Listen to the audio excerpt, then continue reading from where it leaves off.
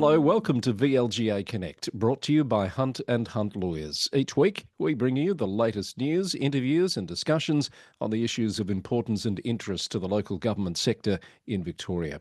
Today, the Mayor of Kingston City Council, Georgina Oxley, is here to discuss her council's concerns about the Suburban Rail Loop project.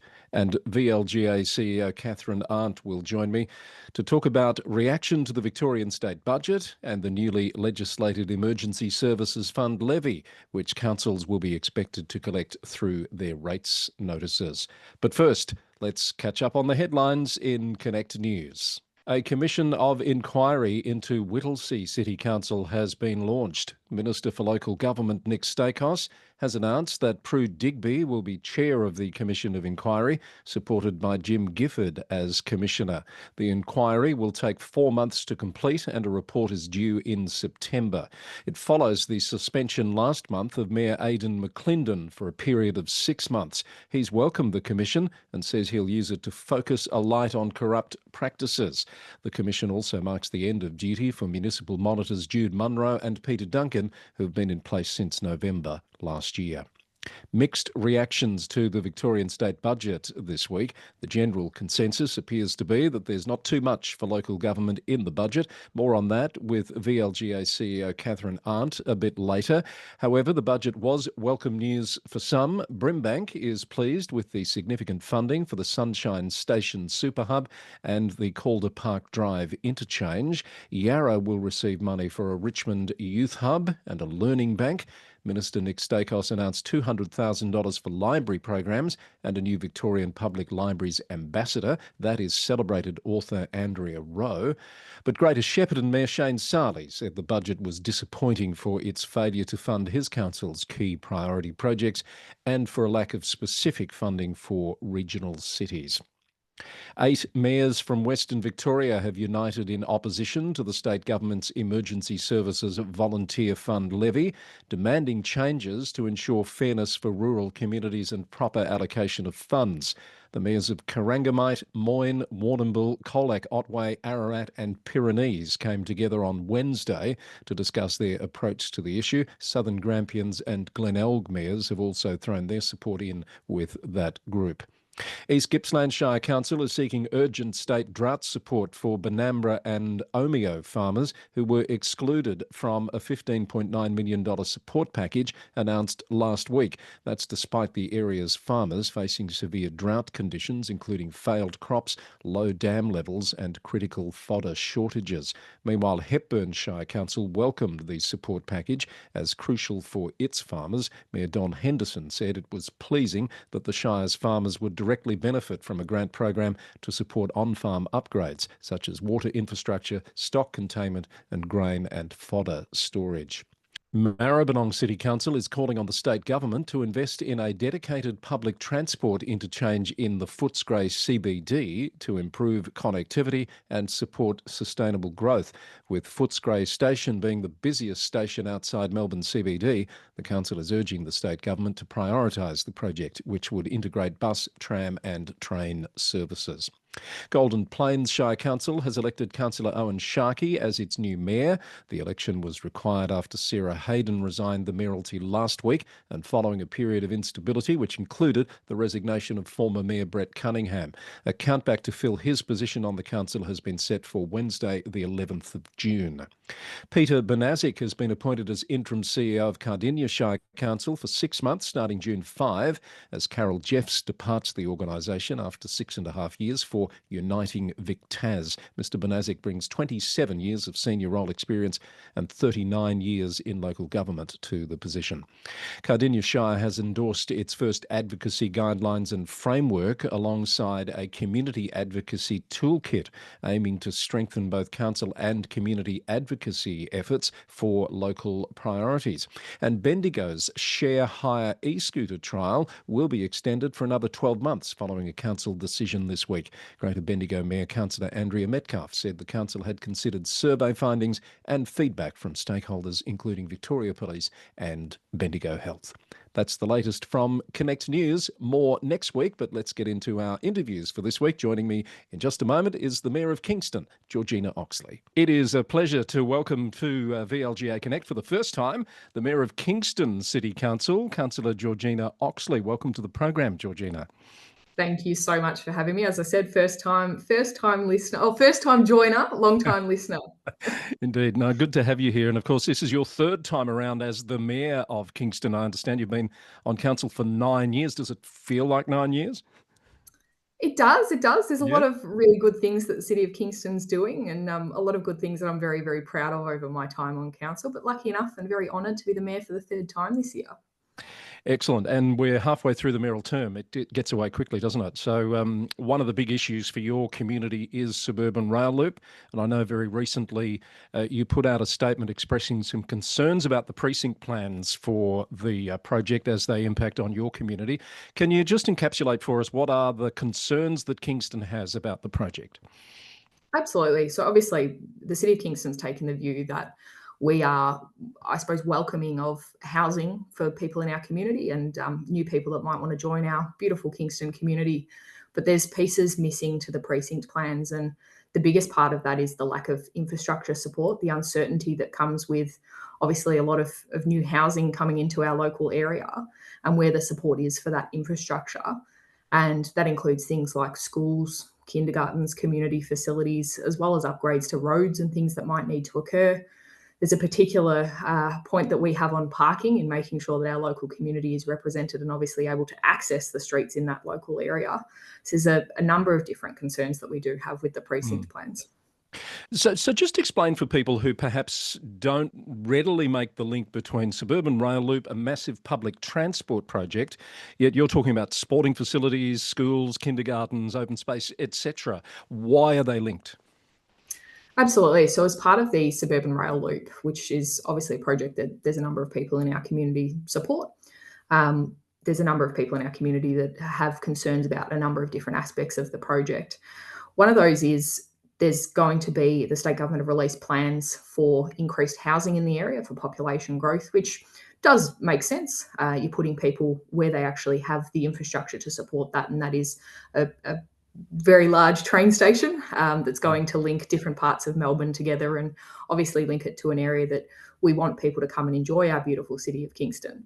So there's going to be, at the moment, up to 18 stories in one of our local areas, which has obviously generated some concerns, not only from us at the City of Kingston, but our local community as well. And that's, I suppose, the link there where you're bringing in more people to a local area and you need the infrastructure to support that, to give them the best quality of life that they can have as well.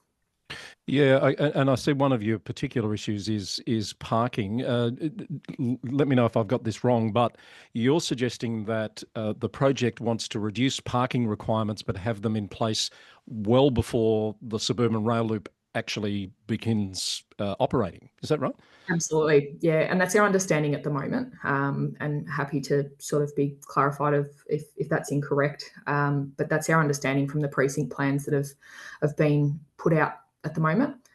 So part of our submission was actually looking at those regulations where, it makes sense. There certainly isn't a criticism of the plan. It really does make sense to bring in people into that local area to get the buildings and the housing ready for when that suburban rail loop does open and that station is available for use. But what doesn't make sense is in an area that currently isn't that well serviced, that you're allowing developments to be built without that parking that then only clogs our local streets when people do have cars. And that's the reality of it. As much as we want to say we put housing in areas where there is transport, the reality of it is that people will still have cars. So putting in developments that have zero car parking when we don't have that SRL station available just doesn't make sense. So what we're suggesting is a transitioned approach where some of those buildings that might be built earlier and might be accommodating people for a longer period of time before that SRL station is actually available for use, that we have transitional sort of requirements there that do require some level of car parking, whilst in the future, when there is a lot more transport available in that area, that perhaps, and I'm not sure that that's the case either, but perhaps a zero parking requirement may be an acceptable solution. Yeah, that makes sense now that you've explained it. You say an SRL station. What is going to be delivered within Kingston's boundaries from the suburban rail loop project, as you understand it? One of our main areas is that Cheltenham section, which is obviously the end of that loop, which would link across to Southland Station, one of the new stations that was built on the Frankston line not too long ago, Right. and borders the city of Bayside. So it's an area that's had a lot of investment. It's an area that probably is capable of taking some level of development, increased density. We're certainly not against housing increases. We are very supportive of obviously housing for people and affordable housing for people, which is very important at the moment. But it is the message that we are very much trying to give is we need that infrastructure support, and that should not fall back to local councils 100% of the time to fund 100% of the infrastructure when these types of projects are built. We do need that support, and we do need that support for that infrastructure. You've had level crossing removal projects in Kingston as well, yes? A number of level crossing removal projects in Kingston. Yeah. So how do they integrate with this suburban rail loop project, and do they integrate well? Yeah, look, I suppose there is some level of integration, and there's the proposed level crossing removal at Hyatt, which is just down the road from where the SRL station would be. So that SRL station, which is just near Southland, sort of halfway between Southland and Hyatt.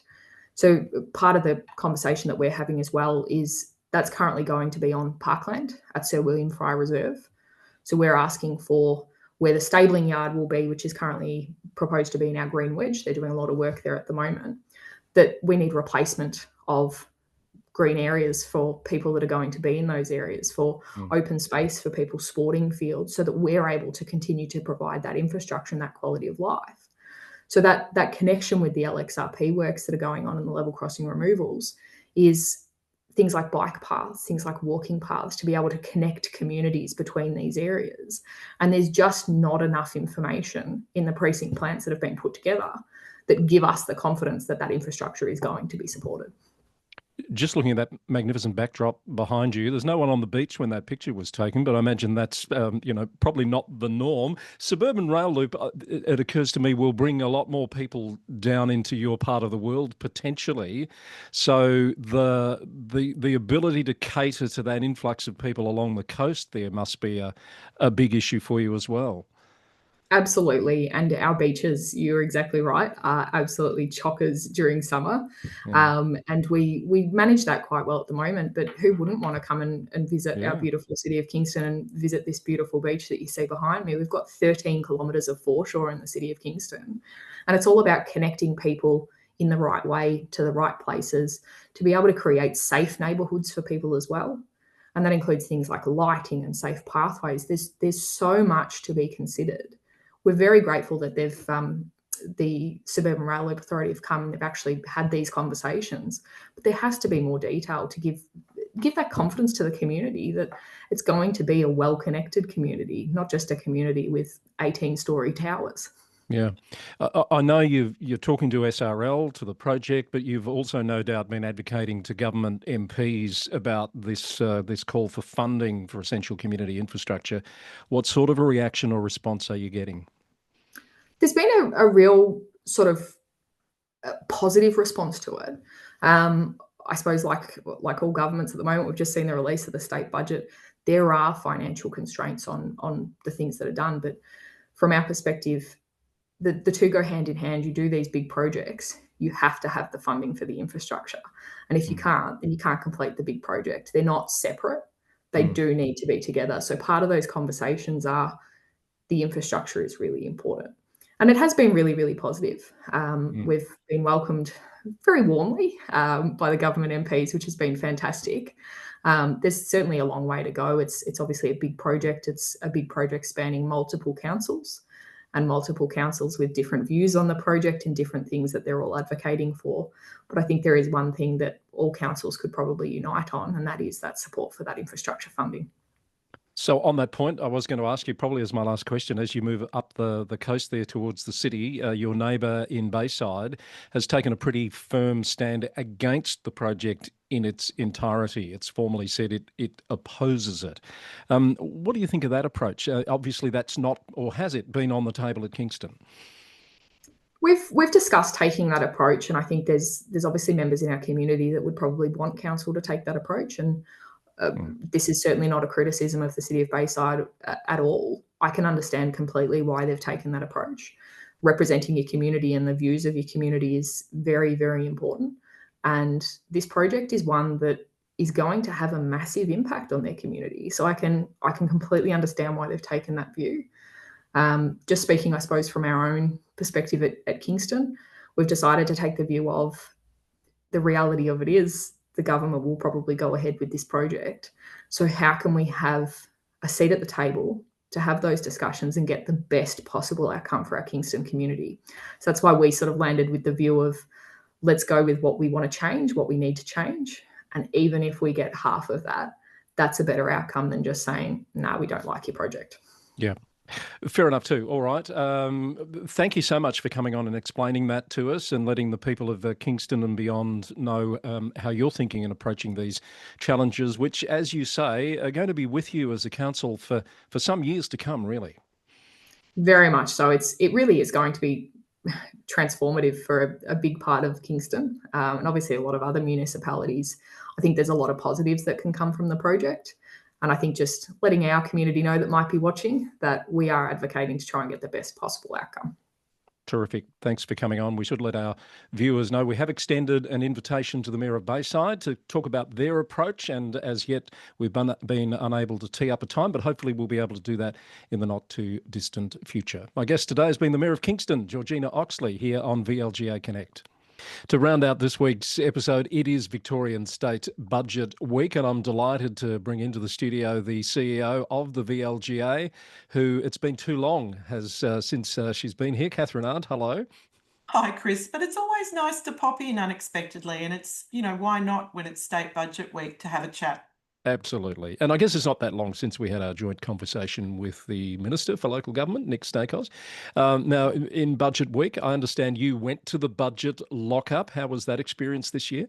Oh, look, it's a long waiting list to get in to those lockups. So I'm always honoured and delighted that the VLGA is invited to be part of what is a very long morning, but a very important morning. The room was packed, as it always is.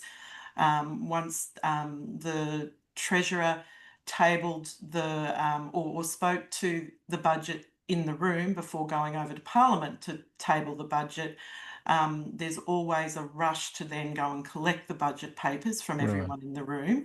And a lot of people, including myself, well, perhaps not so much myself because I didn't anticipate that there would be a lot in the budget for local government, which we can talk about. But others had their highlighter pens out, their sticky notes, and were very much engrossed in the papers. So worth the effort? Look, it is. It's, you do catch up with people who you don't get to see that often. So CEOs of other peak bodies, different related stakeholder groups. And of course, you have sitting at the table with you advisors from Minister's office. We also, I had the pleasure of catching up with Minister Stakos's Chief of Staff, Rob Hudson, as we met at the coffee machine and had a chat there. And I had the benefit of talking to some of the Treasurer's advisors. So that was particularly useful. Bonding over a shared desire for coffee at that time of the day, I'm sure that's always a good thing. So in terms of the budget and what was in it for local government, there's been some mixed messages coming out of the sector. Some councils happy, some not so happy. From a peak body perspective, I gather the VLGA felt there could have been more support for the sector. Look, we're disappointed that there wasn't more support for the sector, particularly as it related to the governance matters that the VLGA supports. We had tabled quite a comprehensive funding bid with the Minister's office during that consultation period when everyone's getting in with their funding bids. Of course, that was when Minister Horn was still in the portfolio, and then there was a change. So we didn't anticipate that there would be a lot of funding, but disappointed that there wasn't perhaps more thinking and therefore more allocation of money to support the governance reforms that have recently come into the legislation to support the rollout of mandatory ongoing councillor professional development. We're also hoping that we might get some funding to support our very important Victorian councillor census, and also something that we feel very strongly about, and that is the need, and it was also evidenced by the results of the Victorian councillor census, the need for an ongoing advice and support hotline for councillors. Yeah. So, given that there was nothing in the budget for those programs that you had submitted for, what does it mean for the delivery of those programs now? Yeah, well, look, we've committed, quite vocally that we'll continue to undertake the Victorian councillor census on an annual basis. So that's a commitment that we will keep. Obviously, we're going to continue discussing with government and encouraging them to come to the table as well with some funding support for that. We've started preliminary discussions, and I think the state government can see the benefit of having this benchline or benchmark data from the results of the Victorian councillor census coming in at the same time these mandatory training reforms were introduced, and it might be an opportunity for the state government to use that census as a measure of the effectiveness of those reforms. So that's certainly a conversation that we're having with them. Yeah, and there's certainly been some comments and statements when that census came out that was supportive of the work the VLGA was doing there. So hopefully, as you say, those conversations might bear fruit. And there's always opportunities further down the track, I guess, for the government to decide to support things. So you'd be hoping to keep those conversations happening. I guess my question to you, Catherine, and then ultimately to the minister and people in government, given the governance issues that are being dealt with across the sector, I would have hoped that there was a more heightened acceptance of the need to invest in programs that build on good governance. Chris, I think it's a good question for government to consider, and it's certainly a conversation that I had with Lisa Gandolfo recently, who's the DepSec of the department where local government sits, is the need for the state government to recognise programs that have actually delivered results in the sector, such as, for example, the VLGA's Local Women Leading Change program.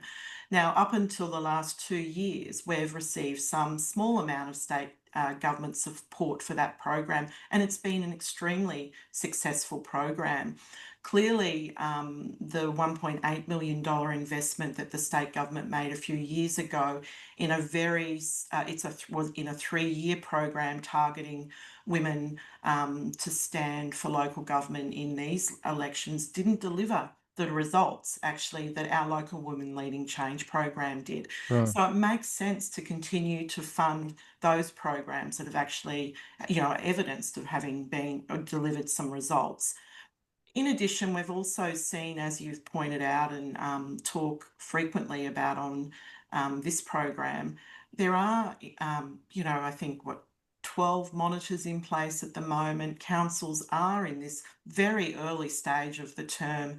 Across the board, there's, issues that we hear about. So I think, the importance of supporting the governance elements of the business of local government is really important. It's not just about service delivery, financial sustainability from a cost shifting perspective.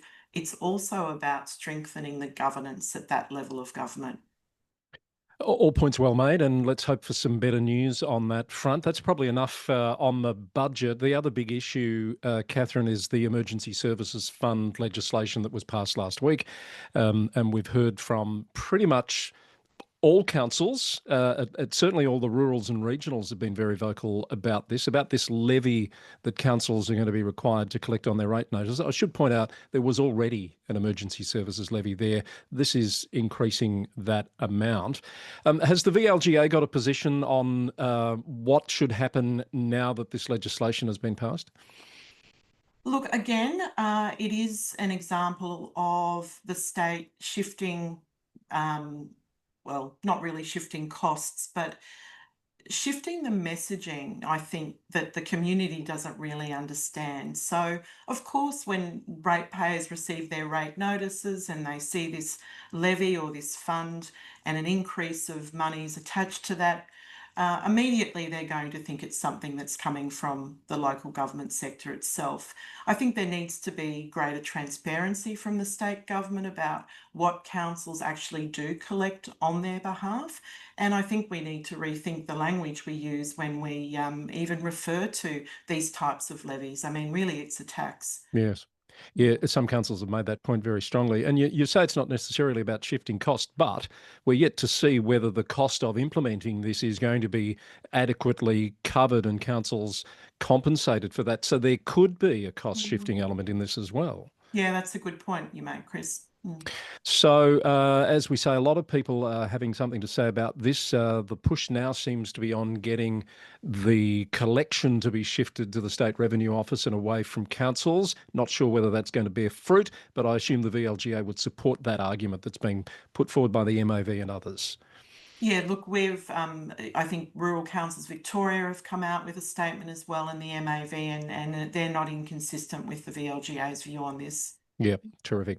All right, Catherine, it's great to catch up. It's a shame there wasn't better news out of the budget that we could be celebrating, but who knows, down the track there might be some little wins that we can celebrate if and when they occur.